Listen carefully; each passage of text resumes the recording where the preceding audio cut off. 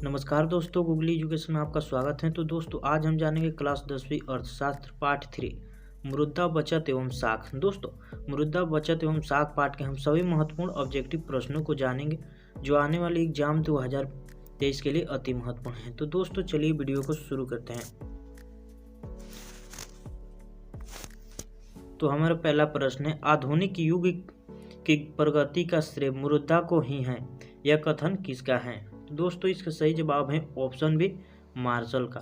दोस्तों आधुनिक युग की प्रगति का श्रेय मृदा को ही है, यह कथन मार्शल का है। तो हमारा अगला प्रश्न है प्रश्न 2,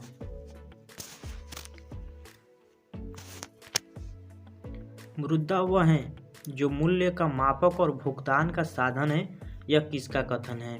तो इसका सही जवाब है ऑप्शन बी, कोलबर्न। दोस्तों मृदा वह है जो मूल्य का मापक और भुगतान का साधन है, यह कथन कोलबर्न का है। तो हमारा अगला प्रश्न है प्रश्न 3,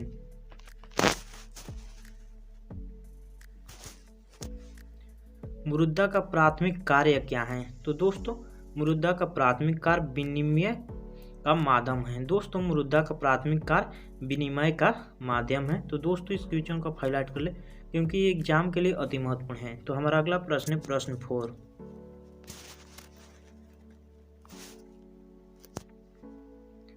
आधुनिक युग की अर्थव्यवस्था की प्रगति का श्रेय किसको दिया जा सकता है? तो इसका सही जवाब है ऑप्शन ए, मृदा को। दोस्तों आधुनिक युग की अर्थव्यवस्था की प्रगति का श्रेय मृदा को दिया जाता है। तो दोस्तों इस क्वेश्चन को आप हाईलाइट कर ले क्योंकि ये आपके एग्जाम के लिए अति महत्वपूर्ण है।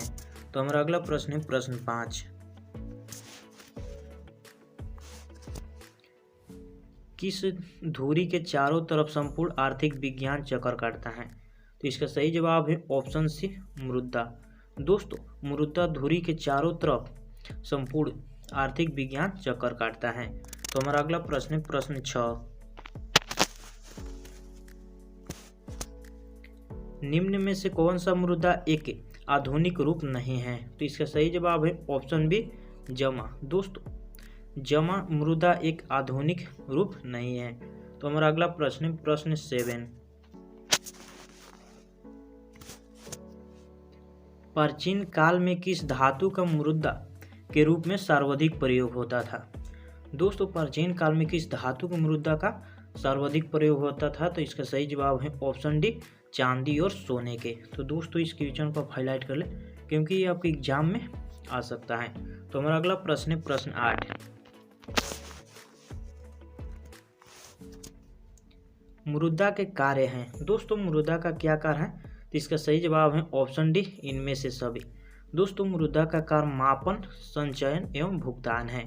तो हमारा अगला प्रश्न है प्रश्न 9,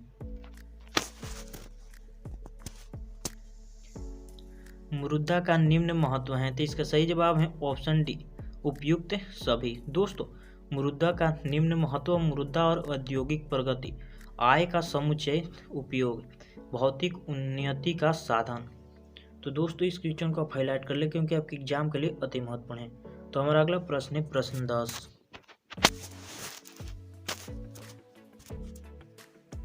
निम्न में से कौन मृदा का कार्य नहीं है? दोस्तों निम्न में से कौन मृदा का कार्य नहीं है? तो इसका सही जवाब है ऑप्शन डी, लेखन एवं संपादन एवं उत्पादन।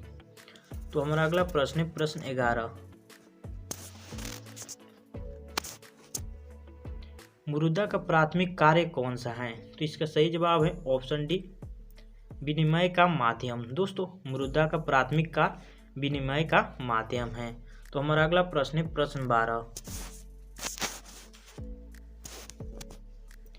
हमारे देश में किस मृदा को वैज्ञानिक मान्यता प्राप्त है? तो इसका सही जवाब है ऑप्शन सी, पत्र मृदा।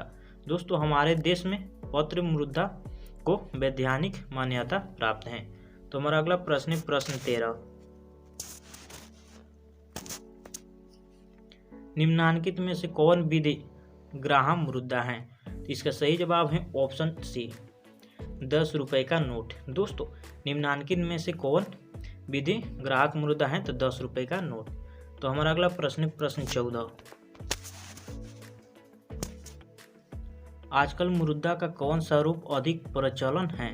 प्रचलन में है? तो दोस्तों इसका सही जवाब है ऑप्शन सी, पत्र मुद्रा। दोस्तों आजकल मुद्रा का कौन सा रूप प्रचलन में अधिक है? तो पत्र मुद्रा। तो दोस्तों इस क्वेश्चन को आप हाईलाइट कर ले क्योंकि आपके एग्जाम के लिए अति महत्वपूर्ण है। तो हमारा अगला प्रश्न है प्रश्न 15।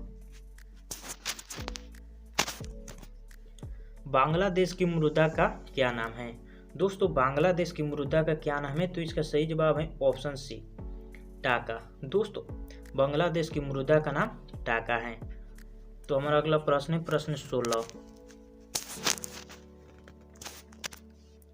मुद्रा का प्राचीनतम रूप क्या है? तो इसका सही जवाब है ऑप्शन सी, वस्तु मुद्रा। दोस्तों मुद्रा का प्राचीनतम रूप वस्तु मुद्रा है। तो दोस्तों इस क्वेश्चन को आप हाईलाइट कर ले क्योंकि आपके एग्जाम के लिए अति महत्वपूर्ण है। तो हमारा अगला प्रश्न है प्रश्न 17। मुद्रा विनिमय क्या है? तो दोस्तों इसका सही जवाब है ऑप्शन ए, माध्यम। दोस्तों मुद्रा विनिमय एक माध्यम है। तो हमारा अगला प्रश्न है प्रश्न 18। सभ्यता के प्रारंभिक अवस्था में मुद्रा का प्रयोग निम्न में से किस किस रूप में होता था? तो इसका सही जवाब है ऑप्शन डी, ए और बी दोनों। दोस्तों गेहूं एवं गाय। सभ्यता की प्रारंभिक अवस्था में मुद्रा का प्रयोग गेहूं एवं गाय में होता था। तो हमारा अगला प्रश्न है प्रश्न 19। निम्न में से कौन सा साख पत्र के अंतर्गत नहीं आता है? इसका सही जवाब है ऑप्शन डी, कागजी मुद्रा। दोस्तों निम्न में से कौन सा साख पत्र के अंतर्गत नहीं आता है? तो कागजी मुद्रा नहीं आता है। तो दोस्तों इस क्वेश्चन को आप हाईलाइट कर ले क्योंकि आपके एग्जाम के लिए अति महत्वपूर्ण है। तो हमारा अगला प्रश्न है प्रश्न 20। निम्न में से किसके अनुसार मुद्रा हैं जो मुद्रा का कार्य करती हैं? तो इसका सही जवाब है ऑप्शन ए, हार्टले ब्रीदर्स। तो हमारा अगला प्रश्न है प्रश्न 21। निम्नलिखित में से कौन सा प्लास्टिक मुद्रा के रूप में प्रचलित है? तो इसका सही जवाब है ऑप्शन डी, एटीएम कार्ड। दोस्तों निम्नलिखित में से कौन प्लास्टिक मुद्रा के रूप में प्रचलित है? तो एटीएम कार्ड। तो दोस्तों इस क्वेश्चन को आप हाईलाइट कर ले क्योंकि आपके एग्जाम में आ सकता है। तो हमारा अगला प्रश्न है प्रश्न 22। इनमें से कौन सा मुद्रा संयुक्त राज्य अमेरिका में प्रचलित है? तो इसका सही जवाब है ऑप्शन डी, डॉलर। दोस्तों डॉलर संयुक्त राज्य अमेरिका में प्रचलित है। तो हमारा अगला प्रश्न है प्रश्न 23। किस धातु का मुद्रा के रूप में सर्वाधिक प्रयोग होता है? तो इसका सही जवाब है ऑप्शन डी, चांदी और सोना। दोस्तों चांदी और सोना धातु के मुद्रा के रूप में सर्वाधिक प्रयोग होता है। तो हमारा अगला प्रश्न है प्रश्न 24।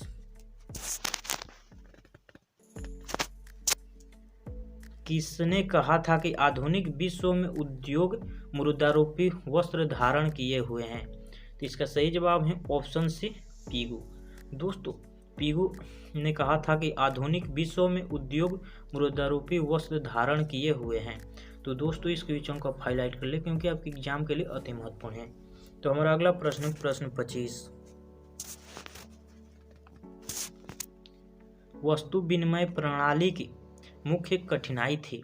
तो दोस्तों इस क्वेश्चन को आप हाईलाइट कर ले क्योंकि ये बहुत बार एग्जाम में पूछे जा चुके हैं। तो दोस्तों इसका सही जवाब है ऑप्शन ए, आवश्यकताओं के दोहरे संयोग का अभाव। तो हमारा अगला प्रश्न है प्रश्न 26। साख के पक्ष कौन कौन से हैं? तो इसका सही जवाब है ऑप्शन सी, दोनों। दोस्तों साख के पक्ष ऋणदाता एवं ऋणी दोनों हैं। तो दोस्तों इस क्वेश्चन को आप हाईलाइट कर ले क्योंकि ये बहुत बार एग्जाम में पूछे जा चुके हैं। तो हमारा अगला प्रश्न है प्रश्न 27।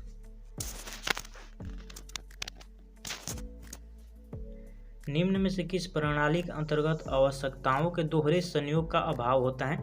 इसका सही जवाब है ऑप्शन बी, वस्तु विनिमय प्रणाली। दोस्तों निम्न में से किस प्रणाली के अंतर्गत आवश्यकताओं के दोहरे संयोग का अभाव होता है? तो वस्तु विनिमय प्रणाली। तो हमारा अगला प्रश्न है प्रश्न 28। प्रारंभिक अवस्था में मनुष्य का व्यापार किस पर आधारित था? दोस्तों ये क्वेश्चन बहुत ही इंपॉर्टेंट है तो इसको आप हाईलाइट कर लें। तो दोस्तों इसका सही जवाब है ऑप्शन बी, वस्तु विनिमय। दोस्तों प्रारंभिक अवस्था में मनुष्य का व्यापार वस्तु विनिमय पर आधारित था। तो हमारा अगला प्रश्न है प्रश्न 29। सिक्कों का सबसे पहला प्रयोग कहाँ हुआ था? दोस्तों इस क्वेश्चन को हाईलाइट कर ले क्योंकि एग्जाम में कई बार पूछे जा चुके हैं। तो दोस्तों सिक्कों का सबसे पहला प्रयोग कहाँ हुआ था? तो इसका सही जवाब है ऑप्शन सी, लीबिया में। दोस्तों सिक्कों का सबसे पहला प्रयोग लीबिया में हुआ था। तो दोस्तों इस क्वेश्चन को आप याद रखेंगे। तो हमारा अगला प्रश्न है प्रश्न 30।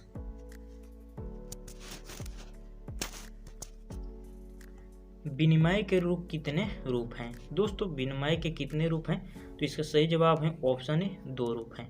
दोस्तों विनिमय के कुल 2 रूप हैं। तो हमारा अगला प्रश्न है प्रश्न 31। रुपए का नया प्रतीक है? तो दोस्तों इसका सही जवाब है ऑप्शन डी, रुपए का नया प्रतीक।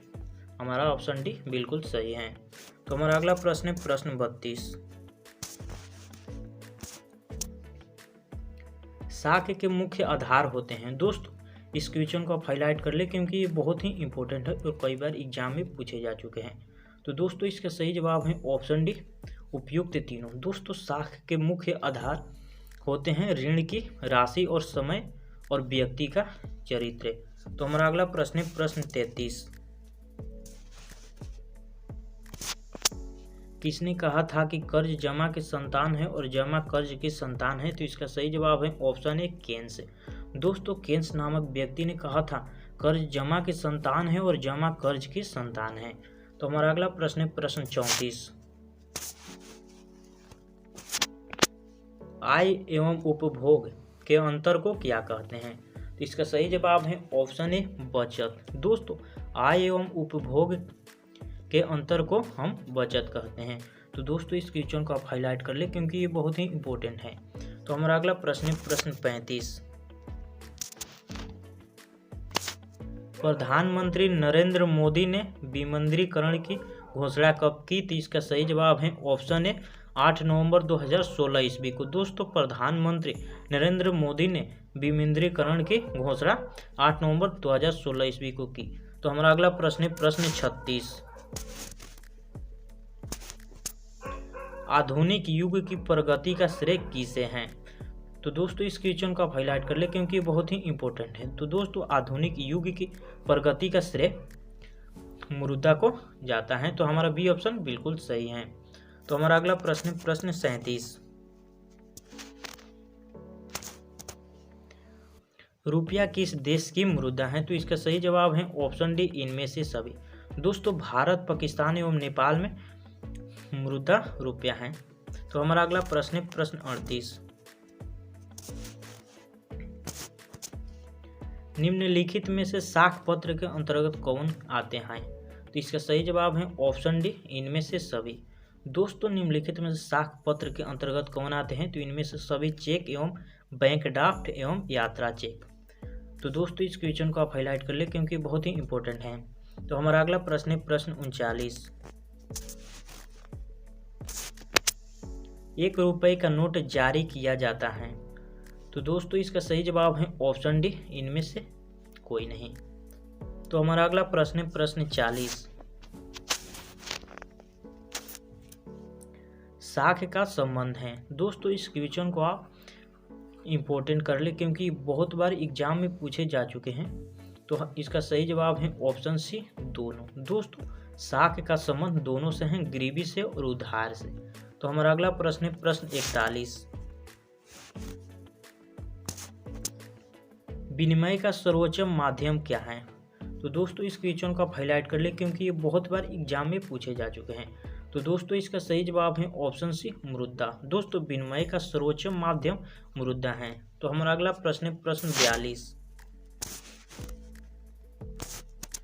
साख का अर्थ है? तो इसका सही जवाब है ऑप्शन से ए और बी दोनों। दोस्तों विश्वास करना एवं ऋण लौटाने की क्षमता दोनों साख का अर्थ है। तो दोस्तों इस क्वेश्चन को आप हाईलाइट कर ले क्योंकि बहुत बार एग्जाम में पूछे जा चुके हैं। तो हमारा अगला प्रश्न है प्रश्न 43।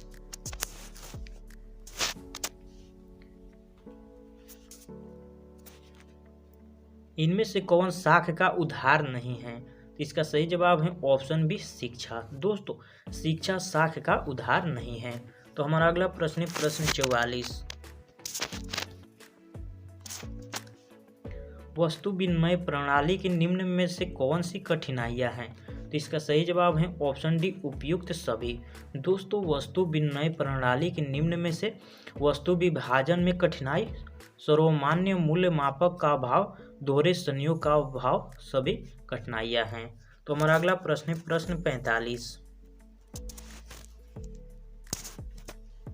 प्राचीन युग में विनिमय की कौन सी प्रथा चलती थी? तो इसका सही जवाब है ऑप्शन ए, वस्तु विनिमय। दोस्तों, प्राचीन युग में विनिमय की वस्तु विनिमय प्रथा चलती थी। तो हमारा अगला प्रश्न है प्रश्न 46।